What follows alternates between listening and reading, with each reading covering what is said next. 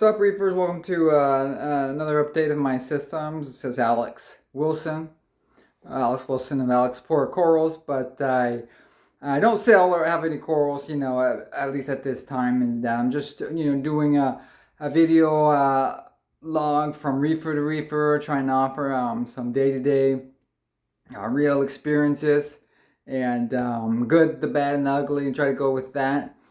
Some other good channels I've seen is Fish of Hex, as well as Mile High Reefers. So I highly recommend to check them out. And here's an update on my systems. This is my two innovative marine 10-gallon aquariums. However, I've switched them over to this as being my sick hospital systems. And so it's kind of a cool system because I can do the tank transfer method, going from one to the other. Yeah, I could also do the copper. This year I had a failed fit outbreak, and so sure enough I had to use them, and I was going to do a 2-week tank transfer method that was going to be a daily transfer for 2 weeks. And I had figured that should take care of the velvet, as well as the yick. But at the last minute I decided to use copper. And I use the copper power, and even at the recommended dose, it's still hit and miss. And it's tough because I have fish can be particularly sensitive, being that the juveniles, particularly young fish, they're just extra sensitive to the copper. So some people recommend using a level that's under the recommended amount, but then you get into the issue whether it's going to be therapeutic or not, or effective. So yeah, it's tough. I had some in here, and I had 100% loss on everything. I'll show you over there. But anyway, with these systems though, they're just too. It's good for a sick system for small fish, but they're just really, really. It's only the whole thing is 15 inches, right? But then the all-in-one area is like 4 inches, and then plus the glass inches, the glass space. So the actual space right there is just so small. It's like 10 inches, maybe less. So, these are great aquariums, but yeah, you really want to take that into account and get an extra big one right there. Same thing for my quarantine system over there. They want to get it as bigger as possible. So let me show you over here. This is my my fan systems I did the videos about. So yeah, that's worked good for me. But of course, in the months here that I have everything completely shut and the heater on. In the summer when I had the air conditioning on, if you have them running the whole time, it's a little too much, when your heater and your air conditioning won't turn off right away. Well, won't turn off. So what I do is just run them for a certain amount of time. So there's certain time periods where, yeah, I'll just run them just during the day, and that works out good. Or I'll just run it just at night, and it works good. So actually, the quick solution, simple and easy solution out there for raising your pH, for getting rid of the CO2 in your house, like Abe at Goniopora mentioned, right? It's just open a window. So it's as simple as just opening a window a little bit. But if your house and you can't do that, and a lot of people can't, depending, it's practical to get something like this, and you click it on, and it's like having the window. Or if you have an air exchange unit on your system, it's similar as well, and you can adjust that up or down, or your technician can, how much it's putting in, how much is taken out. So it can be tricky because you get it up there, and it's going to really affect your heating or your cooling costs. So with this system right here, I have it just with this timer on there, right? So it's cool because I can click it on there, 30 minutes, when I'm using the restroom or taking a shower or whatever. And that seems to be sufficient when I have everything kind of shut down, So I'll click it on just 2 or 3 times a day, and it seems to be good. And it also has an option where I hold the button down right there, and it has the fan going on 24/7. Although I've noticed on my systems that the pH, I didn't notice a difference with this, on the systems, aquariums are normally, they'll buffer out if you have some calcium carbonate in your system. The aquarium seemed to buffer at about 7.8. And so if you have a lot of photosynthesis going on and other things, you know, it'll get up there to the 8.4, 8.3. And that's what I've had on my main systems over here. So anyway, let me show you my new systems and everything over here. And here they are. So I have to the right, I have my coral quarantine, 20 gallon. And to the left, I have, this is the Cade. This is the 5 foot long by 14 inches by 24 inches of actual aquarium space, right? But then, like I said, it also has the back area there of the, that's used as your automatic water top off. And so it's 24 inches right there, but it would be so much better to use that precious space right there. I could have had a full 28-inch aquarium. It's almost like a 30-inch aquarium right there. So yeah, so I mean, I have the top off system right there, which was almost the same for me. I mean, you have to top it off daily anyway. I just using like 1 gallon containers or whatever, but I want to connect, maybe eventually automatic top off connected directly to my RO system. But yeah, I mean, this gives you capacity to go out like maybe a week on vacation or something. But for me, it would be so much better to have the actual aquarium space and have the automatic top off reservoir like that somewhere underneath the sump. Maybe I had the idea of having something where it's kind of equal to the square footage of the aquarium itself, but underneath the stand. So that would be an idea for the aquarium manufacturers. But also in hindsight with this one, it's a Frank system, so it's 14, but I would have preferred 16 inches tall. And now, I'm wishing I would have had 24 inches tall, because that is a whole nother type of aquarium. It's just a whole display, where you're getting the whole top to bottom dimension. Whereas this one, yeah, I mean, you have the top down look, but it's not the best because I have to turn off the whole main pump to get it to go all the way down. It's kind of a hassle, and it gets the sump a little dirty and this a little dirty. So it's so yeah, I would have preferred just the full the standard display aquarium. Actually, I would have went with the Peninsula. Had the Peninsula because that's the one that would have had the full 28 inches. It's the same as this one. It's just instead of the space there, it has it'd be just a whole aquarium right there. And then they have the overflow into the back to the far right. And so that would have been much cooler, because then I could maintain the back glass just like the front and side glasses, with just the magnet cleaner. So that would be much easier. And I thought, because I have it against the wall right here, I can't do the Peninsula. But now that I'm really looking at it, it's like, oh yeah, well, I could have done the Peninsula style and, and had the overflow to the left side right here, and it wouldn't have been at the end of the world. So, and it comes with a nice screen right there as well. Yeah, so I'll get back to that in a minute. Here's the quarantine system right there, and then a quick rundown of the equipment I have on here. That's Ecotec Marine Light, and I have it XR15 Pro, but I modified it to use the Kessel arm. So I'm using the Kessel mounting arm, and I just drilled a couple holes into the Ecotec brace right there, and it goes right on. And this gives me an ability to put 2 of them right here, one on each side, because I can't have just the one bar in the middle. And it's convenient to be able to move it all around, up and down, left and right. I have this 15 inches above the surface so that I can get good access to it right here, and I could lower it down, if I wanted to get higher light for my clams or small polyp corals as I go. But I'm running this Aquarium system on here, and I have the protein skimmer on. It has a little chambers in there, and I have a little bit of crushed coral in there.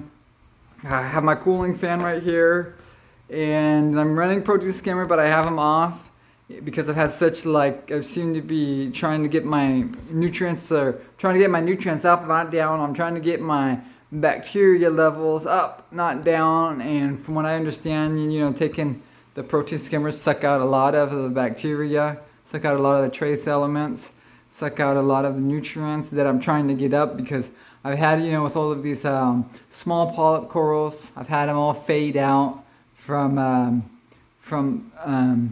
lack of nutrition, just fading out. So I'm getting those from malnutrition. So I'm trying to get the nutrition up, not down. So, but I have the protein skimmers here and on my main system ready to go, if need be, so I can turn them on. And let me quickly show you, before I get into show you some of the corals there, let me show you, I have these ink birds. I'm running 2 of them right here. One's controlling the heating and the cooling, right, and the other one is back up. And the same thing over here. And the reason is I had one fail over here and it was going on, and I had my sump go up to 110 degrees, and my yellow tang in there, he survived it, and I got it down. I turned the main pump back on and put some ice in there, and it was okay. So they survived that. But that's why I have 2 ink birds, one to back up the other, so right away I can see that this one is 76.5, the other one's 76.5. And usually they're like 76.3, and the one's 76.5 or whatever, right? And the one's a little slightly off to the other one. But this way, if the probe fails, I can grab I have a bunch of backup probes now. And if the actual unit itself fails, well, I have units ready to go. So I have this one here ready to go. So I could switch it over really quick. Like the cooling plug and the heating plug, and it's ready to go. I have the Pinpoint Ph Monitor going, so yeah, it's at 8.4 right now, as you can see, 8.43. And so I have because of how a lot of photosynthesis right now, a lot of brown algae, a lot of green algae. Some people like to call them browns and greens. So that's one of the things I've noticed is without that, boom, I turn off the lights, I have nothing, and it'll drop down to 7.8. So I have it right now at 8.4 right now, but then at night, it's like down to 8.2 or so, like right now. But so anyway, let me show you really quick the sump system on this one. Here it is, and here's a yellow tang that I have down here that someone got really hot down here. So anyway, here's the sump system on it, and I took it has a spacer right there. I took that out, and it had some filter media chambers over here. I took those out. It has the filter sock area right there, and see, I'm just running some coarse filter media. And I like that just because it catches a lot of the really big algae that are coming in, and then so I can go a long time and just switch those out. It'll go a long time and they won't clog up, so I don't have to worry about it. And if it does clog up, it's okay, and some of it comes straight down into here.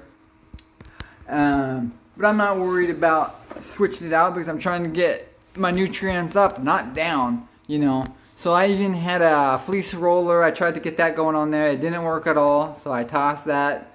And well, it was just not practical for the space there, and it was kind of hard. I ended up just going with this. I'm trying to get the nutrients up, not down. So I just use this core stuff, and then underneath that, I have filter socks as well, but underneath that I just put a whole bunch of fleece filter material. But I've had no reason to change them out, you know. I mean, they're sitting down there. Well, that's just extra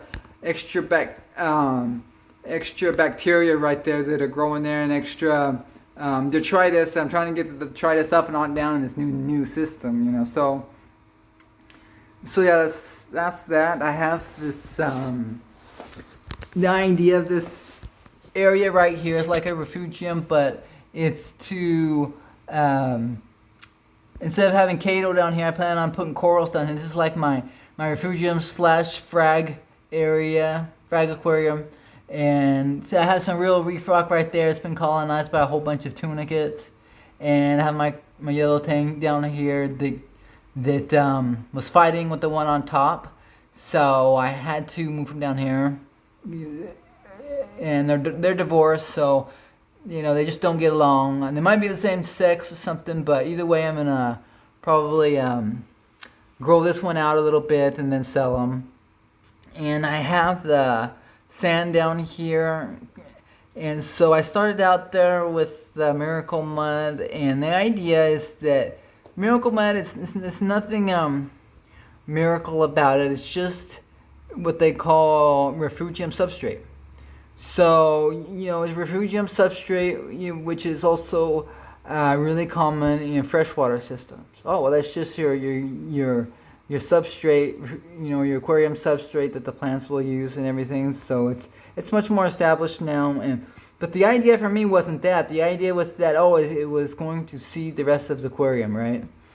And so that's the same reason why I use ocean direct sand right there. It will seed everything from the ocean. And then I put the crushed coral on top because it was the old light sand and it was blowing everywhere. So that really holds it down, you know, the same as my coral quarantine system over there. And if I were to do it again, I think I would use less, just like an inch and an inch, or maybe a ½ inch of sand, you know, and a ½ inch of crushed coral on top. But the idea of the seeding it, though, is not anything like seeding it with live rock, you know, as far as getting your system mature. And so that's one of the things that they talk about a lot in freshwater planet aquariums, is that they talk about aquarium maturity. And that's something that I don't hear much about in reef aquariums, and it's not enough that really, you know, it's a lot of big issues. It's the same as in freshwater, so they translate directly in that way, that there's a phenomenon of aquarium maturity. And so you have a freshwater planet aquarium. I'm not a freshwater planet hobbyist, but I've just, from what I've read on there, that, yeah, I mean, you're trying to get a system started with plants and get it going, and talk, you know, it's hard to get good success in the beginning, you know, and you have to establish maturity over time, between up to a year, you know. So you can't just put everything in there right away and have guaranteed success. And you know, that's the way that I had my aquariums. Like a lot of people in the past, I used just a straight live rock, and what I would do, a whole new system, and put all the live rock straight in there, and let it completely cure straight in the aquarium. So, you know, when it's doing that process, it's not just the seeding of it, I believe, but, you know, it's the process of everything. There's a lot of life on that live rock. So a lot of that life is all dying off, and it's creating a lot of nutrients. There's already a lot of the bacteria and the detritus on there. So what it does is it's an instant aquarium. It instantly matures your aquarium right into to the 1 2 year mark. You know, whereas you're starting an aquarium with dry rock, dry everything. Well, yeah, I mean, if you want to get to the same thing, you have to wait like a year and a half to get up to the maturity level of the aquarium, to where you can be able to handle be at the same point as if you were using live rock. So anyway, that's the experience that I had, and you know, it was kind of a tough decision whether to go with dry rock or live rock. I was looking at the Caribbean rock from KP Aquatics. Seemed to have a reliable source of it, and I almost went with it, but I decided against it because of the Aiptasia and other pests. You know, the Aiptasia, they say Aiptasia free, but you know, according to their website, but It's kind of, and I know it's microscopic and everything, that Caribbean rock is just absolutely everywhere. So, but you know, I mean, in my quarantine aquarium over there though, I mean, I've had Aptasia in with the corals I've gotten in the mushroom rock and everything, so it's in there, and you know, I've killed the ones that I've seen, but you know, I know it's probably in there somewhere because they're, you know, probably just like you say, like, you know, microscopic. So anyway, that's the reason why I decided to go with the real reef rock, you know, on my systems here and everything. So anyway, here's this red Sea Protein Skimmer on there, and I like the skimmer. It's this recirculating unit, which is like also external. And the advantage is that, well, you have to have the 2 pumps on there.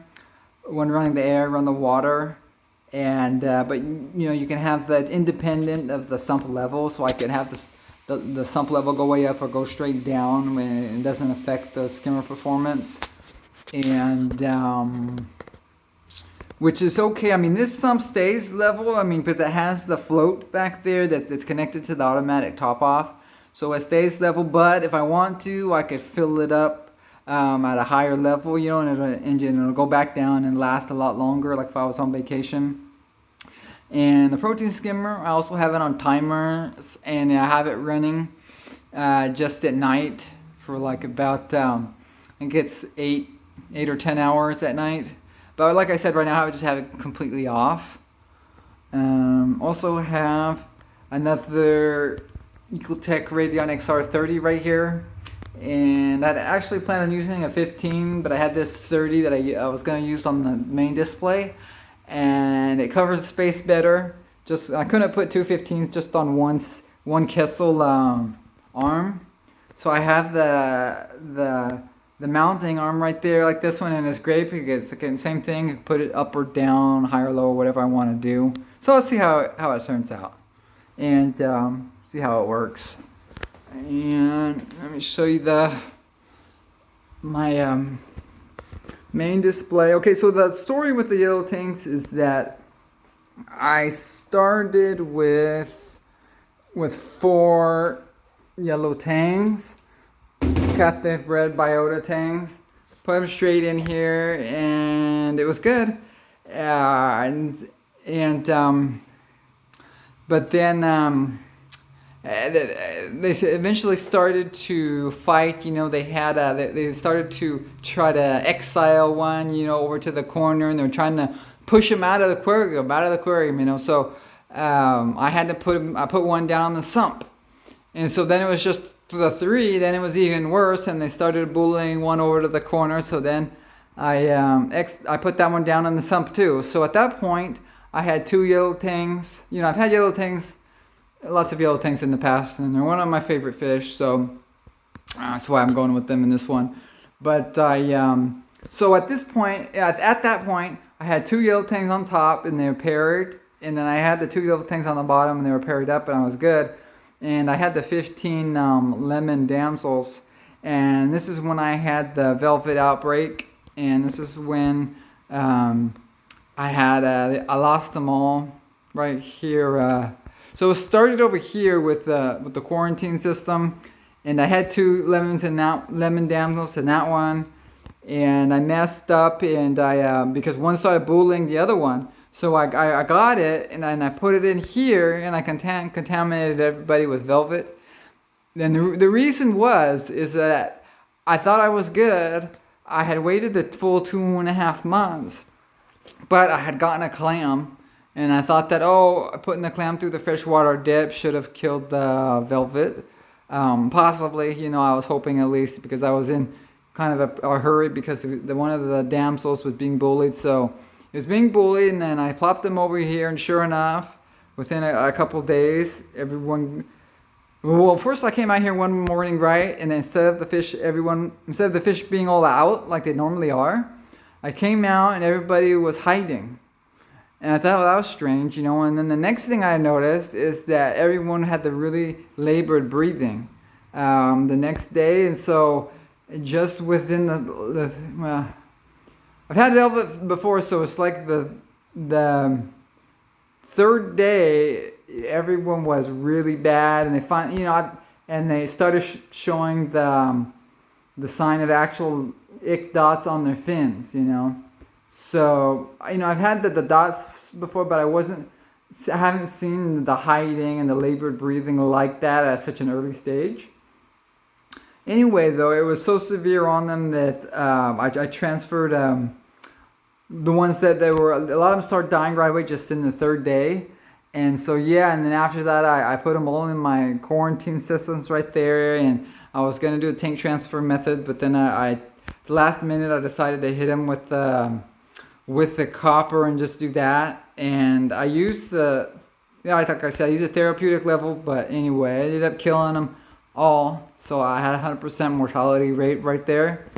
So anyway, that's why I started over, and I'm just going now with just the one yellow tang. It's going to be much. I could also do just no fish at all, but I'm going with with just the one here. He's gonna do his job of eating a lot of the green algae as well, and if something happens to them, though, it's easier to be able to catch them, just the one, or to replace them and everything. So, but that's the whole idea, of having the coral quarantine system, is that the protocol is that, 50% of it is, quarantine so that the corals don't get the other coral diseases and the clams, so that the clam diseases, and, but the other 50% of it is for the ick, and then mainly the velvet. Keep the velvet at bay. So that's the thing. It's like I get all of these corals, and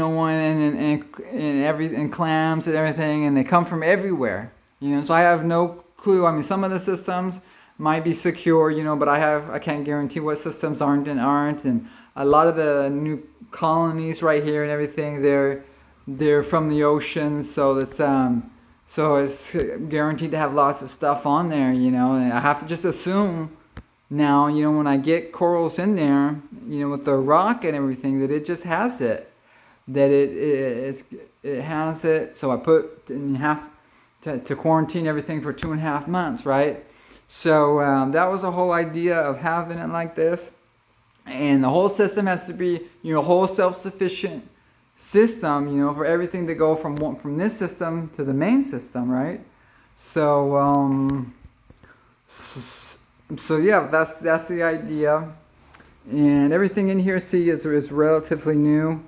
That's my sand bed right there. Like I was saying, I could probably do it shallower; it'd be more aesthetically pleasing.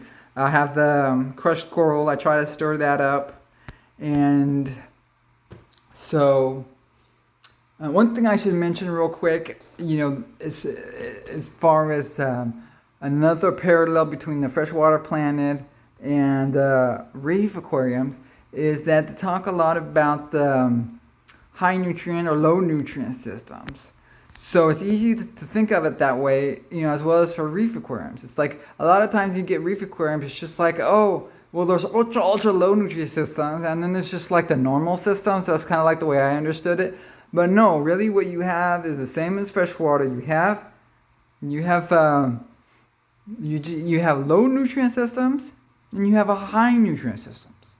So if you're doing, if you have like your LPS and soft corals, those are the guys that are good for low nutrient system, right?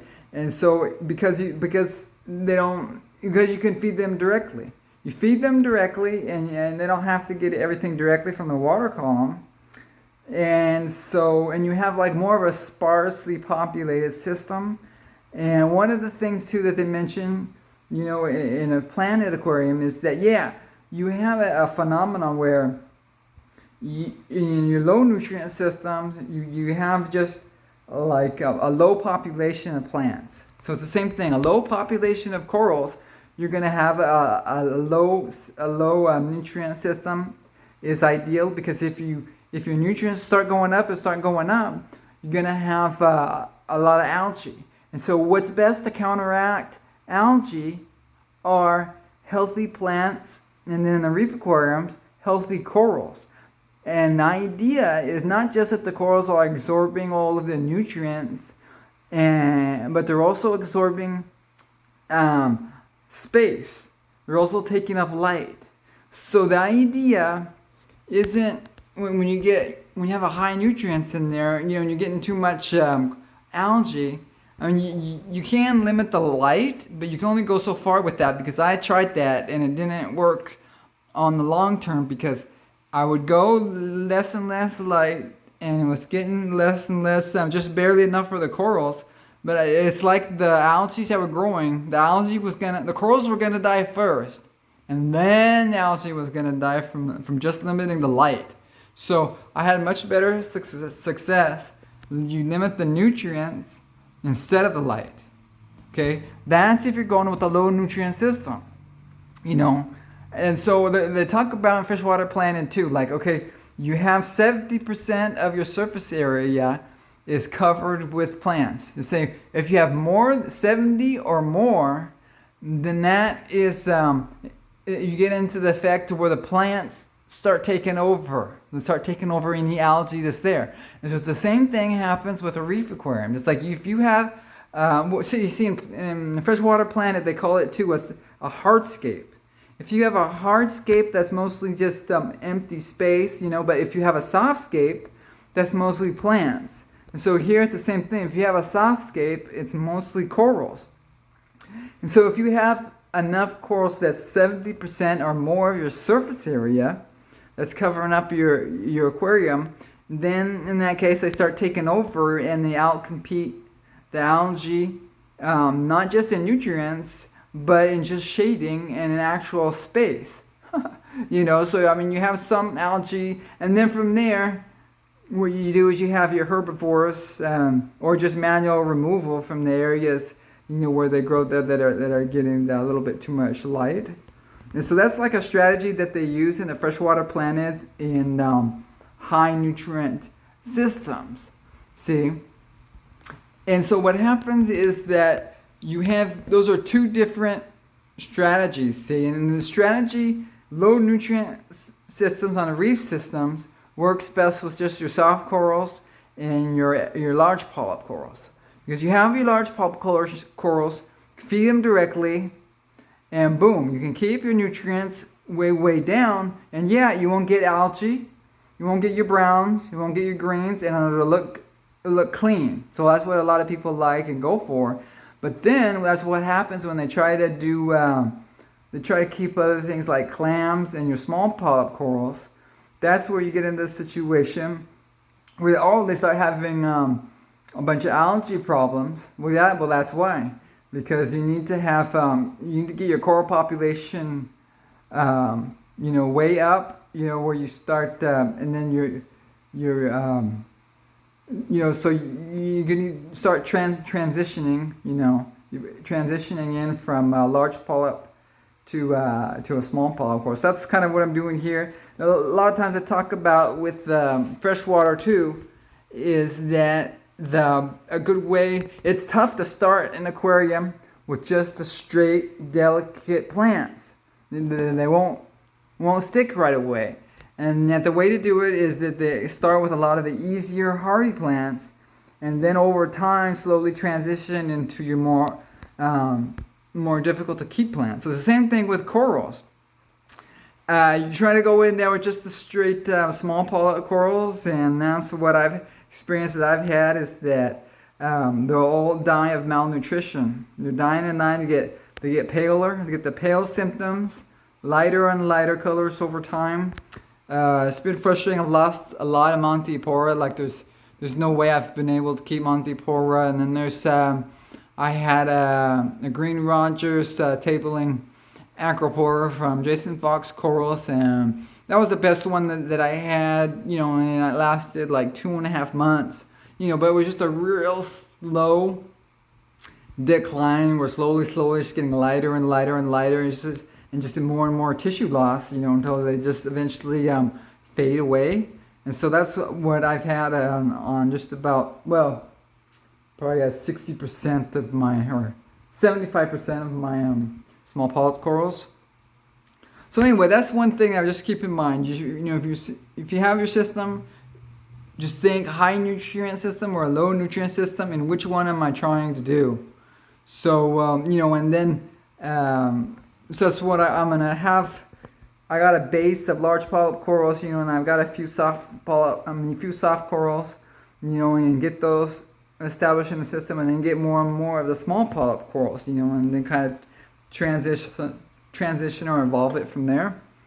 So yeah, so that's just kind of my general philosophy. And see, this one too, like, it has a whole bunch of well, it used to have a whole bunch of hair algae, a whole bunch of the dinoflagellates everywhere, and it still does to some extent, see. But I put all of these corals in here probably over the course of 2 weeks, and they pretty much put the brakes on that, it seems, you know. And so, you know, for example, over here, let me show you my main display. You can see it has a lot of the browns. I guess that's the dinoflagellates. You know, it's all over the really thick, like it's ugly because kind of like a snotty type of consistency to the algae that gets all on the gravel and all on the rocks and all on the corals and everything. So if I can get a good close up of it, you'll see it everywhere. I can show you the corals real quick, but see right here I have a couple of, these are the best small polyp corals that I've had so far doing, and these are the Samo corals that I really like. This is that's a green branching Samo coral, and this is another I think it's like a starry Samo coral or something. But these guys are finally doing better, and one of the main things is I've just been working on the nutrition, getting the nutrients way up, and by up I mean that now I'm trying to keep them between 10 and 15 parts per million on my nitrates.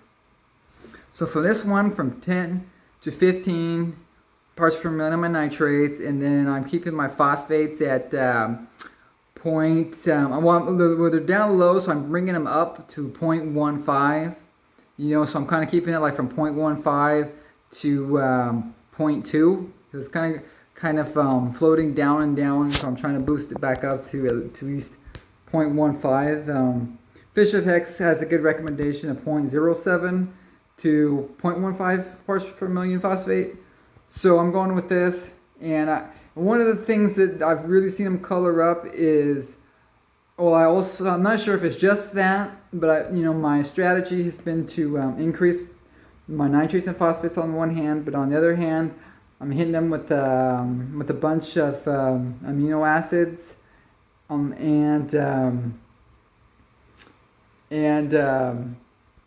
well, trace elements to a lesser extent, because I'm using that I'm using tropic marine alpha reef as far as my alkalinity dosing. You know, I'm keeping the alkalinity right here at 9 alkalinity. Yeah, that's one thing I had it probably too low for too long, and so yeah, that's and I can show you this the products that I'm adding, but that's and then the thing is, in addition to the amino acids, the other critical thing that I'm thinking is vitamins.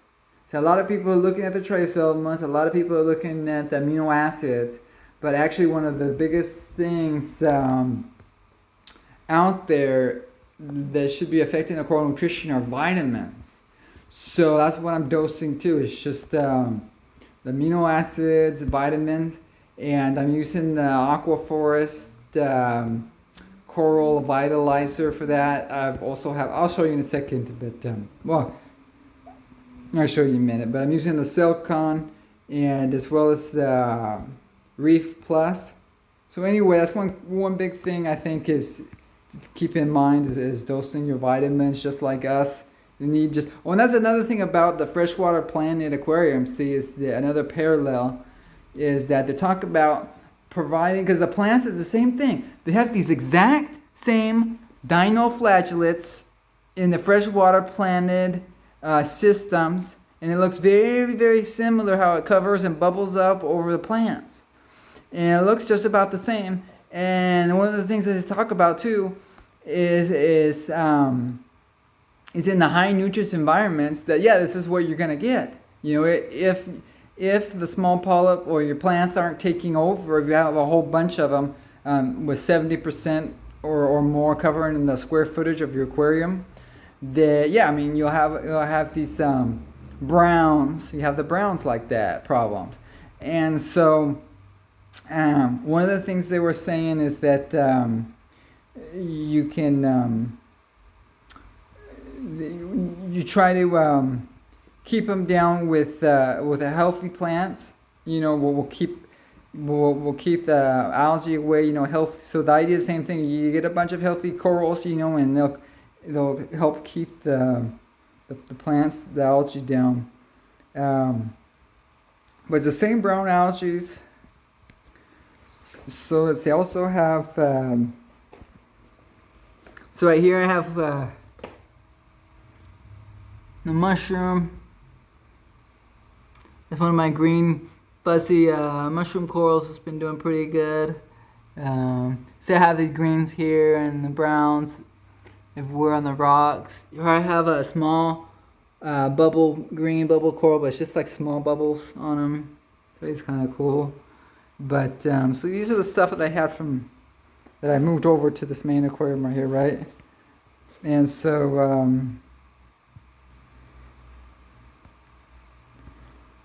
okay, here I have this. I still have this Milky Stylo. That's the Milky Stylophora, and I got that from Unique Corals. That's a real cool frag seed, and this is the same one right here where you can see on it that it has the recession. See, you can clearly see from it used to be covering the whole frag base right there, and then you can see how it's receded and colored up with algae. You can see it's receded. Got some fresh skeleton right there, and then I have the tissue. So this is what I've been getting consistently over the long term for all SPS, and the Samo corals are the best ones that's been hanging on, and I've been struggling to keep this Stylophora going, and so it's a real subtle thing too. It's just like they look like they get good polyp extension, you know, relatively good polyp extension. They seem to be doing good, and then it's like as the weeks and months pass on, it's like you hardly notice it, and it's like it's starting to recede and recede and recede, and then they'll waste away. And so there's that one. I also have another frag back there, the purple Stylophora. Got this at Tile Gardens. I got, and then to the left I have like a rainbow one. It's a little harder. It's the same thing, see, receding. And so this is a Ecotec that has survived in spite of everything, and I'm shocked because a lot of things have died and it's still there, even though part of this died too. So it has a section of it that's covered with the browns, and a section that's has survived, but it's now that it's starting to color back up. See, it's starting to color back up and it's looking better, and so, but it's still not growing. Nothing is really growing yet, so I'm still waiting. Hopefully things will start to overgrow the dead areas on there and come back. So that's what I'm hoping for. This one right here, that's my that's a Hydnophora, branching green Hydnophora, if I can get the focus. Anyway, he's receding and receding, but I've had him for this whole time. So I've had him for probably 6 months or so, you know, and it's still there. So same thing, I'm hoping that, you know, it's never really got really good polyp extension like it should, but I'm hoping that it'll come back. And it's been pretty relatively hardy. Let's see. Oh, here's my Maxima clown that's been doing relatively well. Let's see. Oh, yeah, it's a Maxima.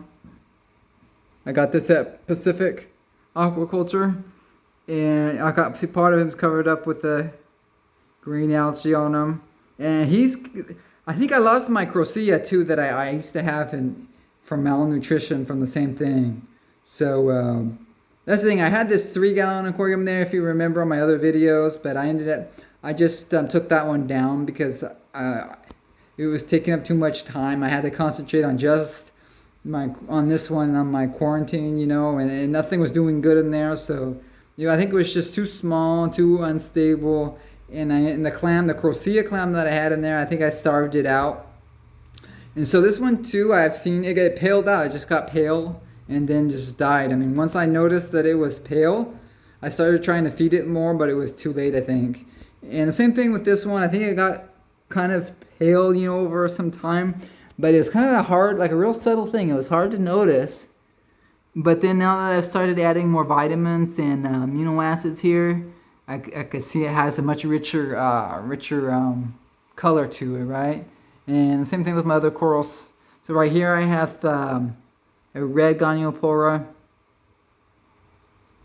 Right there. And then here I have Duncan. And this is the only one that's done super, super good because it started off as just one polyp right there. Now it has a bunch of like 6 real small buds right there. So it's really coming out. The green Duncan. And those two are 2 Diphastria brains that are doing pretty good. That's the green splatter Diphastria that I got from Unique Corals, and that's another green one with some cool stripes on it. One from Unique Corals. Have some pulsing xenia. And I also have huge elegance, and I've had these in the past and they've always done really well. And so I like them, and I thought, well, I just see how big I can get this one to get and feed them all the time, right?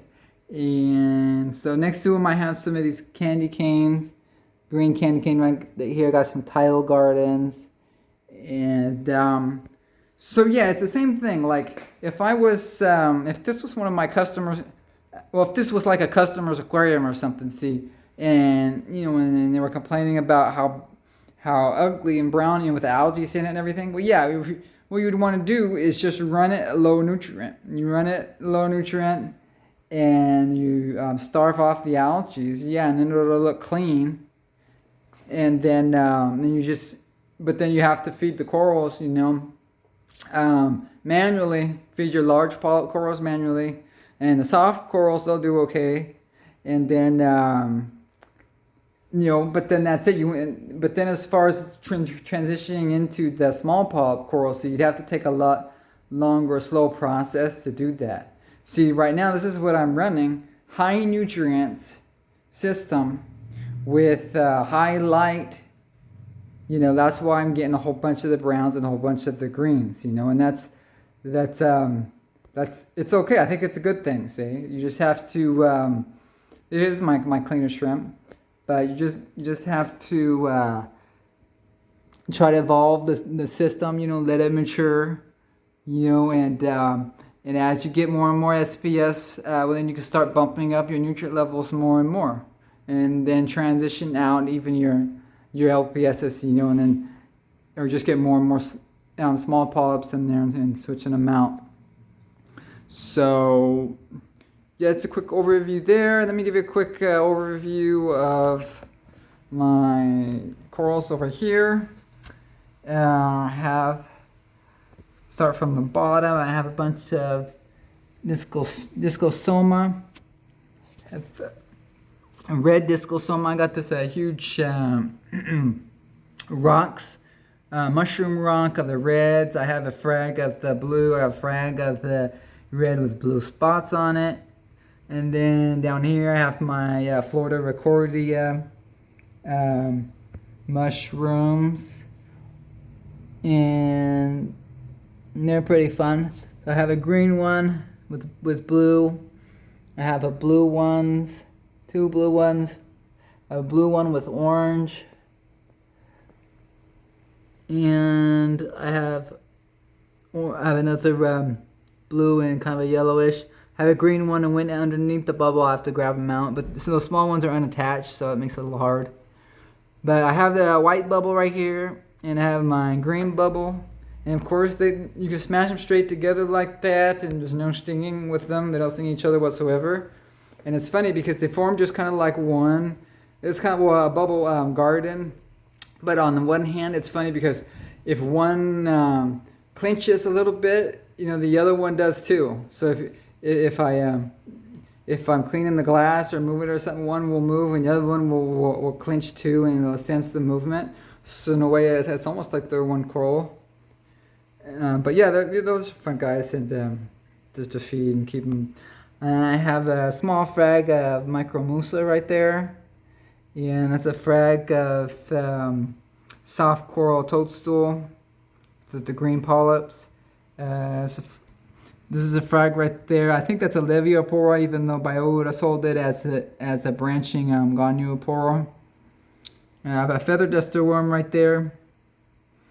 And those, I had a couple more. I had Hawaiian feather dusters, and they died. So I had one that the rock fell on top of, and the other one died. So anyway, I had those in the past. They're great, but I'll try some more in the future. I just have this one. It was hard to get space, like a space to get them attached properly. Like they need the right rock and space to get attached. And see, look at that right there. I have a huge bristle worm coming out. I've never even seen a worm in here before. Just so you can see him right there. So yeah, just with this mushroom rock, you can get a whole bunch of critters like that. I have this worm. It has some starfish. I had a lot of abalones, like snail abalones too, that are kind of cool, eating algae. A bunch of real small ones, some like the size of a fingernail and everything. So I have this. This is the green and pink frog spawn. I have the hammer, and they're usually a lot bigger, but they're kind of closed up right now. I have this. That's what they call the octospawn back there. It's a brownish octospawn. Anyway, so let me show you and then back right there I have a huge rock of the hairy mushrooms.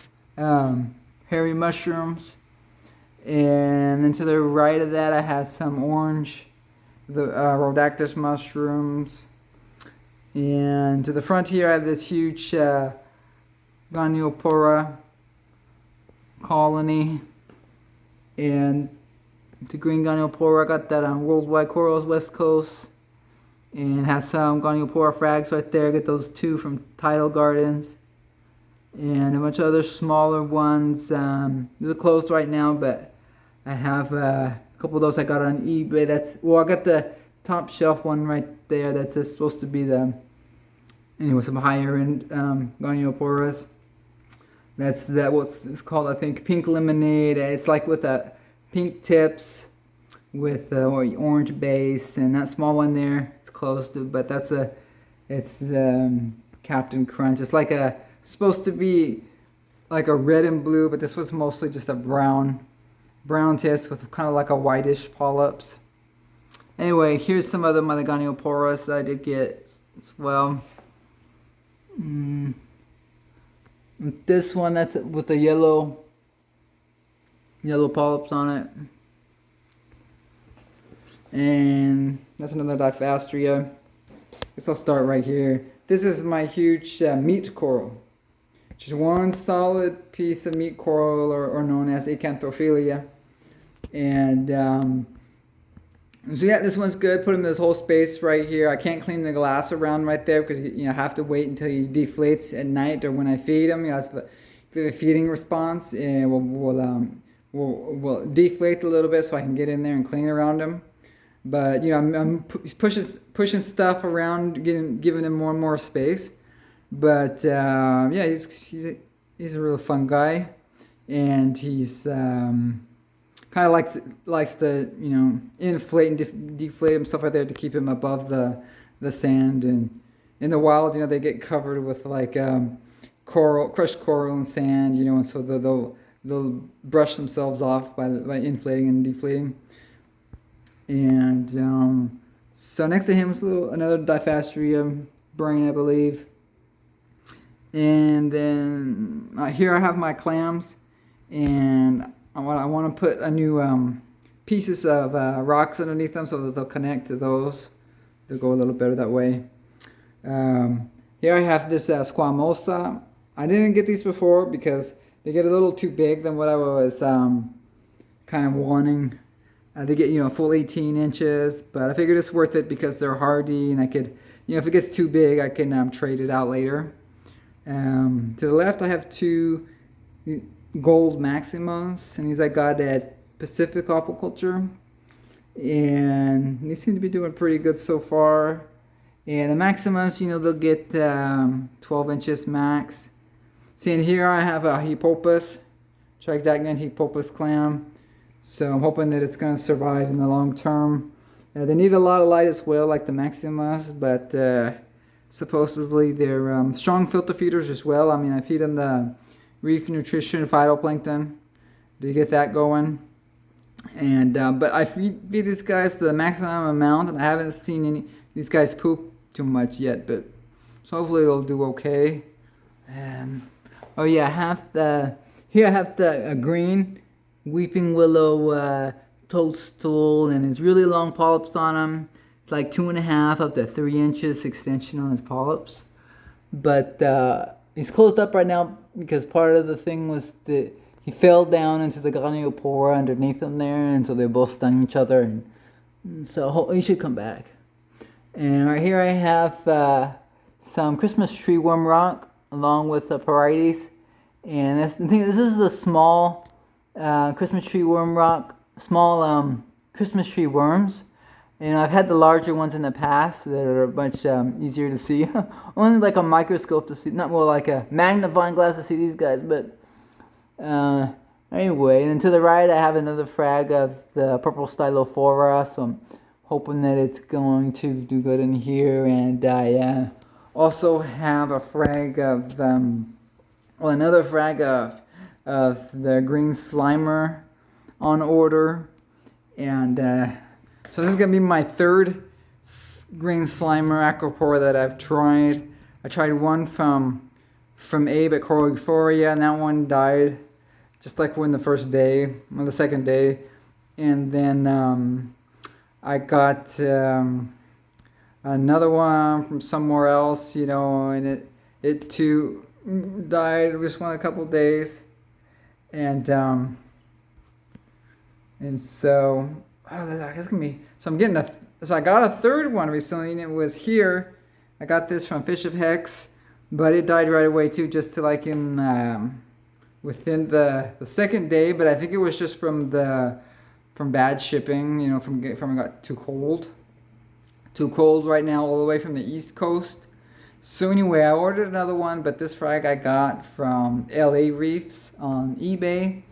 And this is, so it's going to be closer ship, and it's a smaller frag, so I'll have to see how that does, see how it goes. But I want to get my Acropora going, so these are my tester Acroporas that I'm trying to get in here. So that's why I'm going with the green slimers. So I'll test, I have it's coming next week, so I'll see how that goes. Also on this side, I go too fast for you, but I have this Sump Blastomusa right here. It's doing good. I also have a Arena. Seems to be doing pretty good. And then I have some more. I have some orange Rhodactis and a finger leather, some purple Rhodactis, and then I have my purple Stylophora right there. It's hard to get the focus, but there we go. So it has some pretty good polyp extension right now. And there's the white tips, you can see if it's growing, but I've only had this guy just a week or so, like maybe 2 weeks. So, but that's the thing, it'll look good so I'm just trying to see if I can get it not to recede, not to have tissue recession, and to instead of losing color, keeping color, and instead of reseeding, that it starts reseed over that frag plug, that it starts covering more and more of the frag plug and the rock and everything. So anyway, getting it to grow. And then just yesterday, the day before, I got this huge Heliofungia coral, and I got this from Worldwide Corals West Coast, and I have it here just on a frag rack. Man, just squeeze it right in there and on the back glass, just temporarily. Then I'm gonna move him over, to the bigger aquarium and everything else. But he's hanging out over here. There's a top-down view. It's supposed to be a purple. It has alien fingers, heliofungia. It has the kind of purplish or bluish tentacles on it, as well as compared to just a standard green. But it's a huge piece right there. And so I'm gonna try feeding him a little bit later. Directless, a little bit. A lot of stuff that I feed these guys is tuna, because I eat a lot of tuna. So I'll just save a few pieces from my cans that I'm eating, and I'll grab that, and I'll feed a lot of the large polyp corals, or I'll use a turkey baster and get a lot of the leftover juice in the can and the bits and everything, and I'll feed those to the large polyp corals. So yeah, let me show you real quick what I'm feeding these guys here so far. And so yeah, like I was saying, I think a real big thing is our vitamins. So I found this right here. This is the Aquaforest Vitality Vitamins, and it seemed pretty expensive, but it seems okay because you use a real small amount. It's just like 1 drop right there per 27 gallons. So it's and that's every other day. It's not every day. So it's every other day. So I'll see how long this bottle lasts me, but it seems like it's gonna last a while. So so I'm using that, and then I'm also using Reef Plus and by Seachem. And the reason that I like this is because it's a 3-in-1. I mean, this has your vitamins, it has your amino acids, and then it has your trace elements. But the main thing is that it has a good supply of supposedly all 3. But I'm also have the Alpha Reef that has the trace elements, right? So, but this is a pretty good, what I would consider cost-effective way to have the vitamins and amino acids and the trace elements all in one right here. So instead of having like 3 separate products, I just have this one Reef Plus, and it seems to be pretty reasonable. For example, see, before I was using the Red Sea Plus, AB Plus, right? And so the thing is with that one is that it was a real strong food, as well as amino acids, as well as vitamins, and as well as trace elements. See, but what was happening is that I think it was too much food, so I would add it, nutrients would go way up. See, then I stop adding it, but then there was no way for me to then increase the vitamins or increase the amino acids or increase the trace elements without increasing also the food. So that's why I think it makes much more sense to have the product like this, where you have just your vitamins, your amino acids, and your trace elements, and then have the food separate, so that way I can control the amount I'm adding of each. And so, just as a supplement, I'm using the Phyto Feast right here, and it's especially good for the clams I hear. So I have that one, and then I have them using the Acro Power here, amino acids, and so I'm using this one and the Reef Plus right now, but ideally what I'm going to do is once I have the small polyp corals going well, that I'm going to try to see if I can get away with just the Reef Plus. Just use just the Reef Plus and not have the Aqua Power, and then not have the amino acids, not have the vitamins separately, just have just the Reef Plus. So I'm going to try that, and then just a little extra supplement too. I'm using the Cellcon, and that Cellcon, this is the one that I've used too for years, just with my fish and everything, as a food soak supplement. And so as high, it has it's called some fatty acids in it, I believe they're called, and some vitamin C. and I think B12. So it has just a few vitamins in there, and I just have that as extra. But that's kind of expensive too. So the best cost-effective ones that I'm doing are the Reef Plus. I'm gonna see how that works out. And oh yeah, there's two more things. One up here is children multivitamin gummies. Call me crazy, but here's these vitamins, and I was looking at the like vitamins, and I thought, well, why can't, if I'm trying to get vitamins and they're so expensive, why can't I try to use just vitamins for people vitamins? And so I was researching the different ones, and from what I've seen, most of the adult vitamins, they have a little bit of copper in them, and not too much there, but I've noticed that the children's vitamins, they don't have copper. And so, I compared the vitamins this has to the vitamins that the Reef Plus has. And yeah, the Reef Plus has a lot more variety of vitamins, but this one seems to have most of your basic, of the same variety vitamins, and it's a lot cheaper. And so, ideally, I would like to find these that are actually in a tablet form, instead of a gummy, but I haven't been able to find it yet. But anyway, these gummies, and I've added it a couple times to my main display, and the gummies are made of a sugar, so it has a little bit of sugar, but I don't think it's a whole lot to affect it. But anyway, that's just one other option that I thought I could do on there and try. Okay, another another idea that I've had is that I'm using these. I have these. Well, it says digestive enzymes, right? But actually, what this is. Actually, there's a whole field of what they're called nutritional. Well, what they're called is probiotics. Okay, probiotics. These are used as nutritional supplements, and they consist of bacteria. And these are the bacteria, that they say, that your digestive system uses, to help digest your food and everything, right? So these are people dietary supplements that are probiotics, that are used just to keep you healthy, And so I was looking at them, and they say, well, they have a lot of the cheaper ones just have one strain of bacteria, and this one's a little bit more, but it has 10 strains of bacteria. So it also has the CFU. That's how much bacteria this is, right? And so that's the probiotic side of it, but it also has some other ingredients, and these are the enzymes.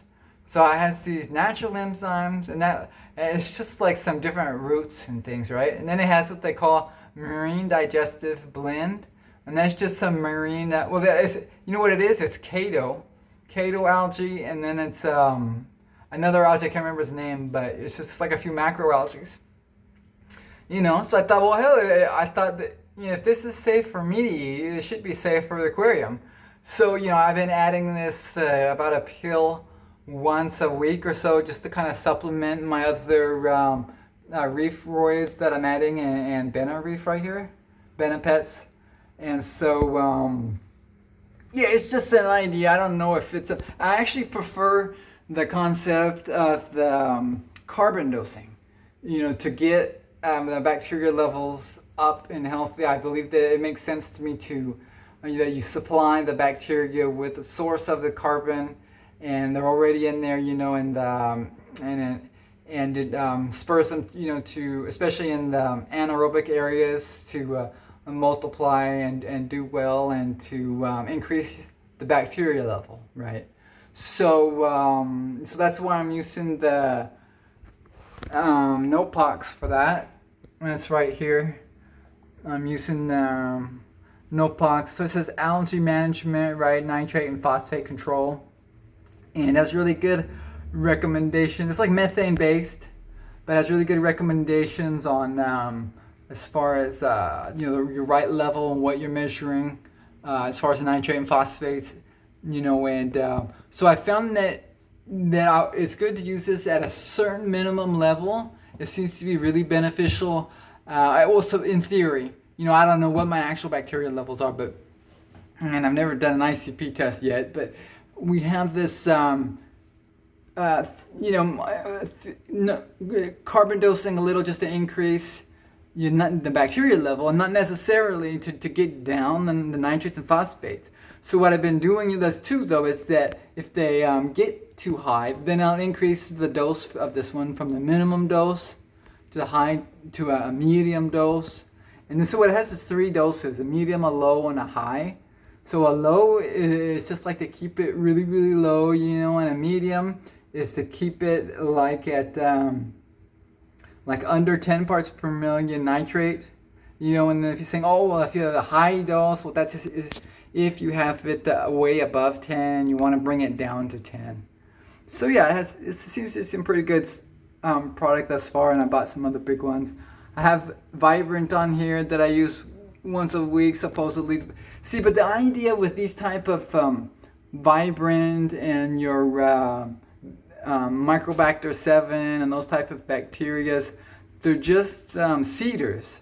And the bacteria that they have in there, they're dormant. So it's not like you're adding a bunch of live bacteria. It's just seeder bacteria that a certain amount in them that's not going to heavily affect your nitrates and phosphates. And then there's the other, I think there's another Brightwheel product, where it actually has the live bacteria in there, and and it requires to be in a liquid form and that. So I added that as well at first. Anyway, so here's my, this is my Nail Nitro and my Nail Phos by Brightwell that I'm adding to keep my levels up, because what happens is that I'll measure them right, and it's convenient to see where it's at, and if it's low, it's easy enough to bring them straight up, with these guys right here. So like right now, I'm trying to keep the nitrates at 10, so it'll come in at. So my last test on my quarantine, it came in at 4.4. So what I did is I just dosed it straight up to 10 parts per million. See, so that way I know that I'm at where I want to be at, and that it'll start creeping down from there because it's trending down. And then I'll also try to increase my feeding, from there. And so the same idea with the phosphate right there, but I'll bring it up. Right now I'm bringing it up to 0.15 parts per million. So yeah, and I really like these products. It's really good because it has the recommendation like calculator information, and when you add that on there, it gives a really precise results as far as what So what happens? I'll test my nitrate, and then I'll dose according to their recommendation on the instructions, and then it comes right on there. It's right at 10 parts per million nitrate, for example, and right where I want it on the phosphate. So pretty happy with those. I tried the Seachem Flourish and the Seachem stuff, and those weren't as accurate, so I like this one a lot better. Like I said, I have the food grade hydrogen peroxide. This is that I use for my dips and everything. I have the Seachem Reef dip for iodine, Revive, that I'm using for a dip, Frag Recover for my dip. I have my super glue, bulk Reef Supply super glue. I'm using a little bit of PE flakes. And these are pretty good because they're high quality and they're supposed to have high vitamins in them.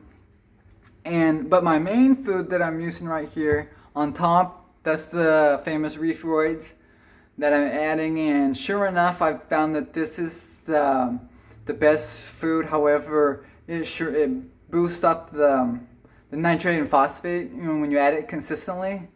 So I mean, almost a little like too much, right? Starts boosting up too much over the long term, and so it's weird. It gets high, and then I'll switch over to the Bennett Reef, and this is good food as well, and it's also has probiotics in it. That means it's a probiotic, which means that it has bacteria in it already, just like my digestive enzymes probiotics right there. So it has bacteria already in it and other things. But when I add that too, over the long term, the nutrients start going down low and then going down too low. So what happens is I pretty much do 1 day Reefroids and then 1 day Benepets, 1 day Reefroids and then 1 day Benepets, and I've seemed to have the best results with that so far. So anyway, I'll have to see. And this, lastly, I have this 8.4 right here by Aqua Vitro. Okay, now this is, some people say, do you follow your alkalinity, or do you or did you chase your alkalinity, or you chase your pH, right? And so this doesn't mean you're just, which are you monitoring your pH, or you monitoring your alkalinity, but they're referring to, are you adjusting your alkalinity, or are you adjusting your pH? And so in this case, this is where I monitor the alkalinity, right? And well, I mean, I monitor the pH. So I have a pH controller here, and it was reading too low, right? And so I got this, and I'll say, oh, you just add a little bit daily, and you look at your pH, and then it starts raising it to 8.4, and it's true, it does work, it raises it, but the thing is that you're monitoring your pegging your pH, instead of your alkalinity. So what happens is you're pegging, you're making your decisions based on what the pH is instead of the alkalinity. So what happens is the alkalinity with this product starts going up and up and up and up. So it went all the way up to, I think, 13.6. So it starts going up, and it seemed like, at least for me, I had some corals like brown out, and like they had a quick quick tissue destruction, that they seemed to die completely. So I don't know if it was that or something else, but either way, I kind of recommend this just for more advanced aquarists, and I'm just gonna go with chasing my alkalinity instead for now. So that means I'm just trying to keep my alkalinity at 9. Keeping my alkalinity at 9, and adjusting it, up or down. Up, because it'll go down. I'll adjust it up by adding the Alpha Reef, and just keeping it like that, and just letting, and if the pH goes down, it goes down. So that's the other method, right? That's more common that people are using. So like we was here with the Alpha Reef, and so this is the calcium formate Alpha Reef system, and I'm just going with that which is a 2-part, a 3-part, all-in-one system. So I figure I could get away with that until someday, if I'm successful enough, I might have to switch over to a calcium reactor, for example. So anyway, that's a pretty good update for now. I'm probably forgetting something, but anyway, thanks for watching. Bye.